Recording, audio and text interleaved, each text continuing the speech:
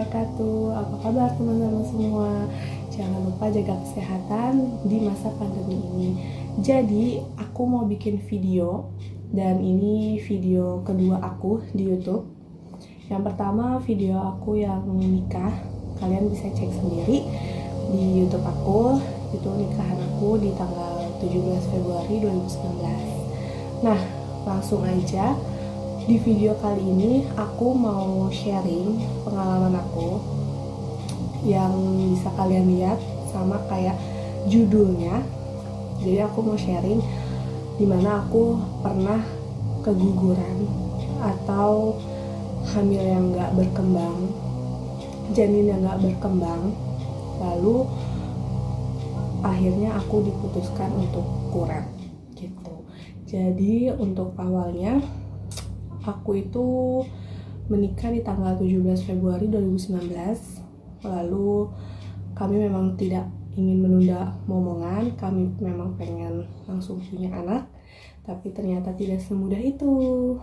Rencana kita hanyalah rencana, yang menentukan itu Allah Subhanahu wa Ta'ala. Jadi pas di bulan, aku sambil cek ya, soalnya aku agak lupa, udah lama juga, di tahun 2019. Jadi waktu aku nikah, aku memang tidak menunda, sama sekali nggak menunda. Jadi kita memang pengen cepat punya momongan, tapi sampai bulan Mei, berarti Februari, Maret, April, Mei, 3 bulan menikah, aku belum kunjung positif. Nah, di 3 bulan itu setiap bulan aku selalu cek tes pack ya, walaupun memang belum telat, tapi memang aku memberanikan diri untuk mengecek karena aku juga orangnya penasaran. Jadi aku ngecek tes pack itu banyak banget, sebenarnya banyak banget aku ngecek tes pack. Masih ada aku simpan, tunggu aku kasih tahu ya. Nah, ini aku udah ambil hasil tes pack aku yang negatif sebelum aku hamil yang pertama.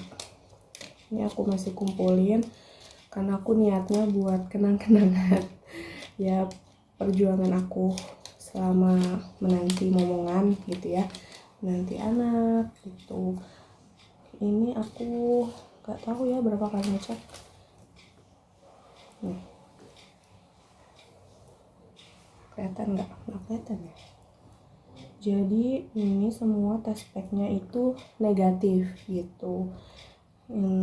Karena aku saking penasarannya, jadi aku suka tes pack iseng-iseng. Nih, tunggu ya. Oh, jatuh. Oke. Ini ya guys, ini ya teman-teman. Ini semua tes pack aku yang negatif atau garis 1. Ada 1, 2, 3, 4, 5, 6, 7. Aku 7 kali tes pack dan ini hasilnya negatif. Ya udah, gak apa-apa, memang belum diridhoi gitu ya. Jadinya ini aku kumpulin. Masih ada aja sih, aku simpen gitu. Lalu sebelum aku mendapatkan tes pack yang positif, aku coba ngecek ke klinik. Tadinya sih awalnya sama bidan. Aku cuma mengecek kesehatan aku aja. Lalu sama bidan aku disuruh buat cek USG atau cek dalam, karena kan kalau sama bidan cuma kayak dipegang gitu aja perutnya, tapi bidan info sih nggak ada masalah apapun, nggak ada benjolan atau apapun itu. Jadi kalau misalkan memang masih mau mengecek lebih dalam gitu, maksudnya lebih akurat, aku disaranin buat janjian sama dokter untuk USG. Nah, aku USG pertama kali itu transvaginal. Itu pertama kali aku USG dan memang rasanya nggak nyaman ya, maksudnya namanya juga kita baru gitu kan, nggak nyaman, mungkin karena akunya juga tegang gitu. Nah, aku USG itu di tanggal berapa ini ya? Di tanggal 4 Mei. Jadi Februari, Maret, April, Mei. Nah, 3 bulan aku menikah. aku coba untuk cek USG dan ternyata dokter bilang di sebelah kiri aku punya kista. Nah kistanya ini alhamdulillahnya itu nggak besar, cuma 3 cm. Nah untuk menghilangkan kista ini sebenarnya ada 2 cara. Yang pertama aku harus hamil, dan yang kedua itu aku harus mengikuti KB supaya menekan hormon gitu katanya. Lalu aku nggak mungkin KB karena aku pengen punya anak. Nah yang salah satunya cara biar kista itu hilang ya aku harus hamil gitu kan, karena memang aku pengen hamil. Lalu dicek ternyata memang benar ada kistanya. Ini fotonya. Jadi ini nih yang buletan ini kista. Memang kelihatan besar tapi pas diukur itu cuma 3 cm. Dan sebenarnya sih nggak bahaya, kecuali dia makin membesar itu akan bahaya. Harus kalau nggak salah sih kalau di atas 7 atau 8 itu memang harus ditindak atau dibersihin kistanya dengan operasi, tapi operasinya operasi kecil gitu. Cuma kalau masih kecil itu nggak apa gitu. Jadi setelah aku tahu kista itu aku agak sedih jujur, karena memang dokter bilang sebenarnya kista itu agak memperhambat atau mempersulit ya kalau misalkan dokter bilang gitu untuk hamil gitu. Karena banyak juga pasangan yang dia punya kista, dia juga susah hamil gitu. Tapi dengan cara apapun itu insya Allah kalau misalkan Allah menakdirkannya bisa, ya pasti bisa. Nah dokter di situ menyarankan aku untuk inseminasi, tapi karena umur pernikahan aku baru 3 bulan, dokter menyarankan untuk alami dulu, untuk coba lagi dan coba terus. Kecuali sudah 1 tahun menikah dan belum mempunyai anak, itu aku disarankan untuk proses inseminasi tuh. Nah aku juga dikasih tahu rekomen rumah sakit mana yang biaya inseminasi itu murah, karena kan kalian tahu sendiri inseminasi itu agak mahal gitu ya, apalagi kalau misalkan sekali tindakan belum tentu hasilnya itu positif atau berhasil kayak gitu. Nah setelah tahu kista ini aku langsung cerita ke suamiku. Nah suamiku bilang nggak usah dipikirin, kita berpikir positif aja. Terus juga kita harus terapin hidup sehat, banyak minum air putih, makanan sehat, terus jangan junk food juga gitu kan. Nah yaudah, jadi di situ aku coba buat posting ya, maksudnya semuanya pasti ada jalannya gitu. Nah ternyata setelah aku tahu kalau aku ada kista gitu kan, di bulan itu kan di bulan Mei ya, berarti aku Mei, Juni, Juli aku telat haid. Itu pertama kalinya aku telat haid.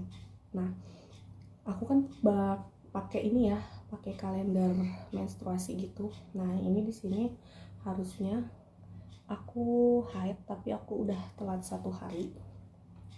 Nah di situ aku mikir posting, wah alhamdulillah kayaknya hamil nih gitu kan. Nah ternyata pas besoknya, sebenarnya hari itu aku mau tes pack langsung karena penasaran banget gitu kan, karena aku juga ada stok tes pack lumayan banyak gitu kan. Akhirnya nanti dulu deh, tunggu besok gitu. Akhirnya pas besoknya pas subuh, karena kan memang rekomen untuk tes pack itu kan katanya di pagi hari ya, maksudnya pas subuh atau di pagi hari, kencing pertama di pagi hari gitu. Nah setelah aku cek dan bener hasilnya positif. Nih kelihatan nggak ya, garis 2 dia.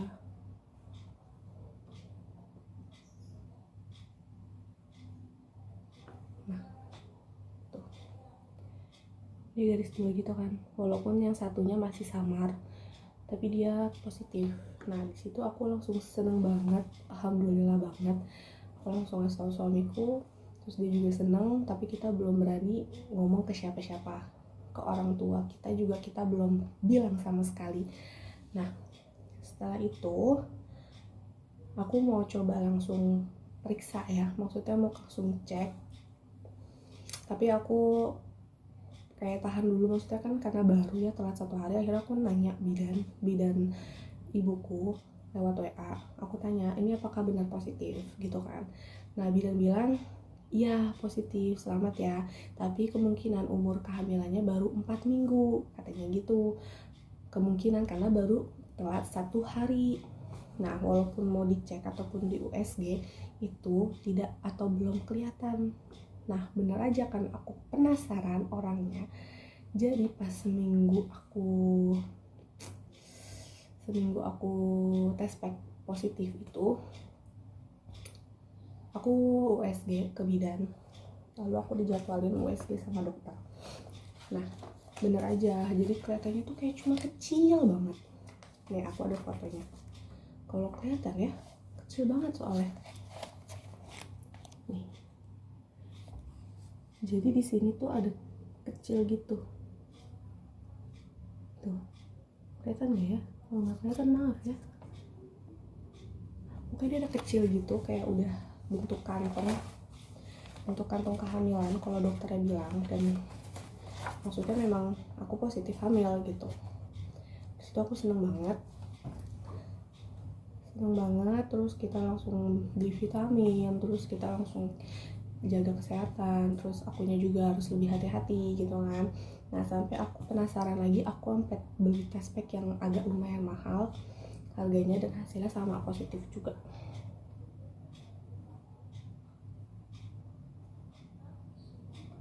Ngeblur ya.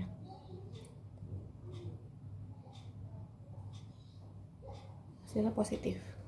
Nah setelah aku tahu positif, aku senang banget. Nah aku bingung harus ngapain karena aku nggak tahu apa-apa. Akhirnya aku ngomong sama ibuku, suamiku juga ngomong sama uminya.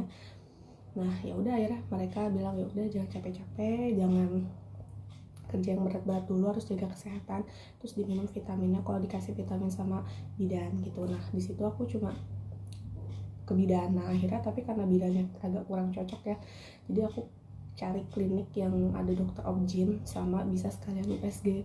Nah ternyata ada. Nah setelah aku cek 2 minggu kemudian, kan memang aku disuruh cek lagi 2 minggu kemudian untuk ngecek apakah berkembang atau tidak gitu kan. Nah setelah dicek, aku nemu klinik sama ada dokter obgyn dan ada USG-nya juga, dan itu lumayan murah. Lokasinya ada di Karangtengah, namanya Baby G 4D ya. Nah di situ aku juga nemu dokter enak banget, namanya dokter Vita Mauli, baik banget anaknya. Lalu aku dicek. Nah pas dicek itu pertama kali aku cek dulu ya, karena nggak tahu nih masih ada atau enggak, karena jujur aja hasil USG yang kehamilanku yang pertama ini udah mencar-mencar gitu, entah kebuang atau aku buang, aku nggak tahu, tapi ada beberapa yang masih ada. Nah jadi itu kan aku cek aku kan positif di bulan Juli ya, terus nunggu 2 minggu kan, itu di bulan ke Agustus berarti ya, ke Agustus. Nah jadi pas saat dicek di bulan Agustus itu ternyata ini hasilnya. Jadi aku dicek, umur kandungannya seharusnya 7 minggu ya, 7 minggu 6 days, berarti mau ke 8 minggu, mau 2 bulan. Itu aku dicek, seharusnya umur 6 minggu itu juga udah kelihatan janin, walaupun kecil gitu ya, udah kelihatan janin dan ada detak jantungnya. Tapi pas saat aku dicek 7 minggu 6 days itu, ternyata yang berkembang itu cuma kantong kehamilannya aja. Jadi dia kayak bulat, bentuk kantong kehamilan. Nah janinnya ini nggak kelihatan. Jadi sebenarnya kalau dokter bilang saat itu kemungkinan pertama itu janinnya terhambat perkembangannya. Jadi kantong kehamilannya sudah sesuai tapi bayinya belum sesuai gitu. Akhirnya aku diputuskan buat nunggu lagi 2 minggu.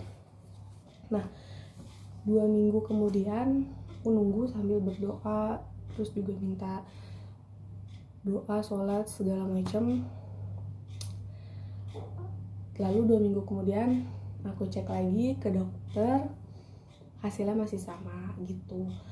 Nah di situ aku udah diputuskan, berarti kan kalau 2 minggu lagi ke 2 bulan lewat 2 minggu gitu ya, aku sudah disarankan sama dokter untuk proses kuret.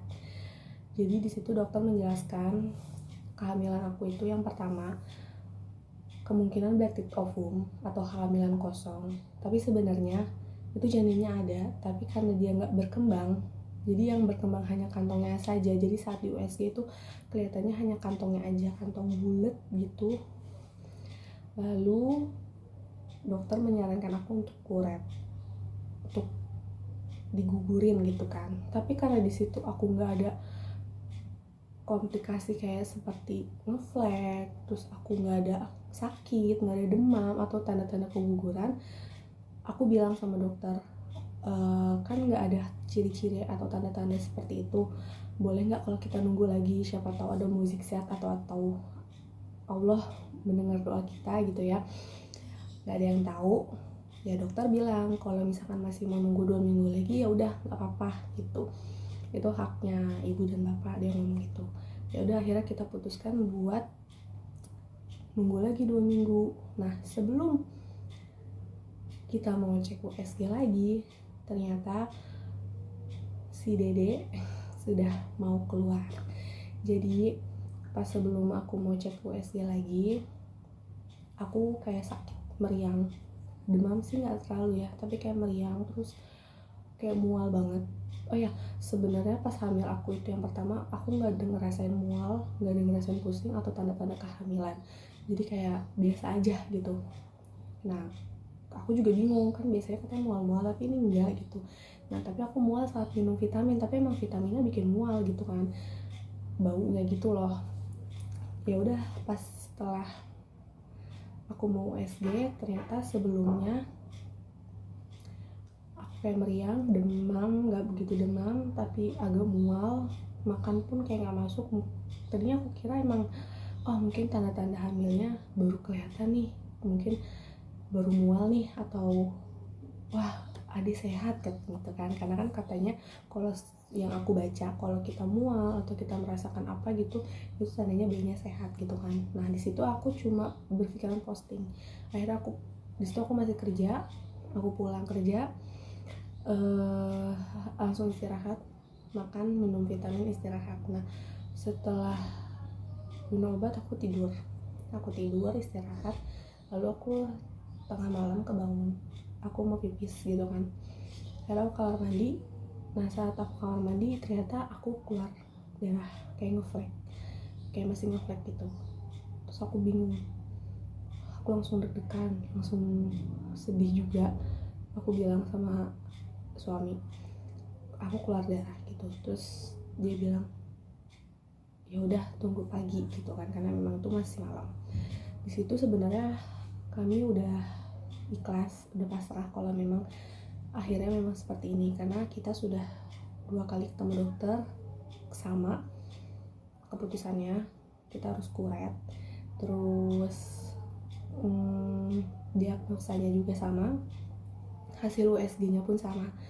Jadi di sebelum-sebelumnya tuh kita udah kayak nangis-nangis gitu, tapi sebenarnya ya udah, emang ini rencananya Allah, takdirnya Allah gitu kan, kita coba buat ikhlas. Nah di situ kita kayak masih coba, ya udah nggak apa-apa gitu kan.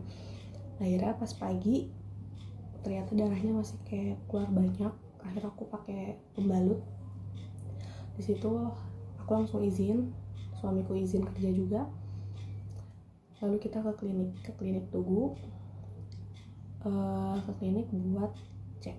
Nah kita tahu karena kita langsung ke klinik yang kita tuju supaya dapat rujukan, karena aku menggunakan BPJS. Kita tahu walaupun kita ke dokter yang kemarin aku cek itu pasti sama keputusannya kuret gitu. Jadi aku langsung ke klinik BPJS ku, ternyata benar, aku langsung dirujuk ke rumah sakit hari itu juga. Nah setelah dirujuk, aku dapat surat rujukan, aku disitu nangis nggak tahu kenapa, mungkin memang ternyata ini akhir dari kehamilanku, aku mesti kuret, aku mesti kehilangan, padahal aku sudah menanti. Sedih, bingung mau marah, tapi bingung mau marah sama siapa gitu kan. Tapi kita ambil hikmahnya aja. Di situ aku coba buat ikhlas, buat tegar, buat nggak mau nangis. Akhirnya aku hubungin ibuku, suamiku hubungin uminya. Mereka langsung panik karena memang sebelumnya kita nggak update buat kehamilan atau update setiap check up itu, kita nggak pernah kasih tahu gitu, karena kita bingung juga mau ngasih tahu karena ya belum kelihatan gitu kan. Tapi pas kasih kabar ternyata aku mesti kuret karena janinnya gugur gitu. Nah setelah itu aku langsung berangkat ke rumah sakit. Aku berdua doang sama suami, lalu disusul sama ibuku ke rumah sakit. Di situ aku ngurusin proses administrasinya. Lalu ya sudah. Jadi kehamilanku yang pertama ini cuma bertahan di sampai 3 bulan dengan yang berkembang kantong janinnya saja.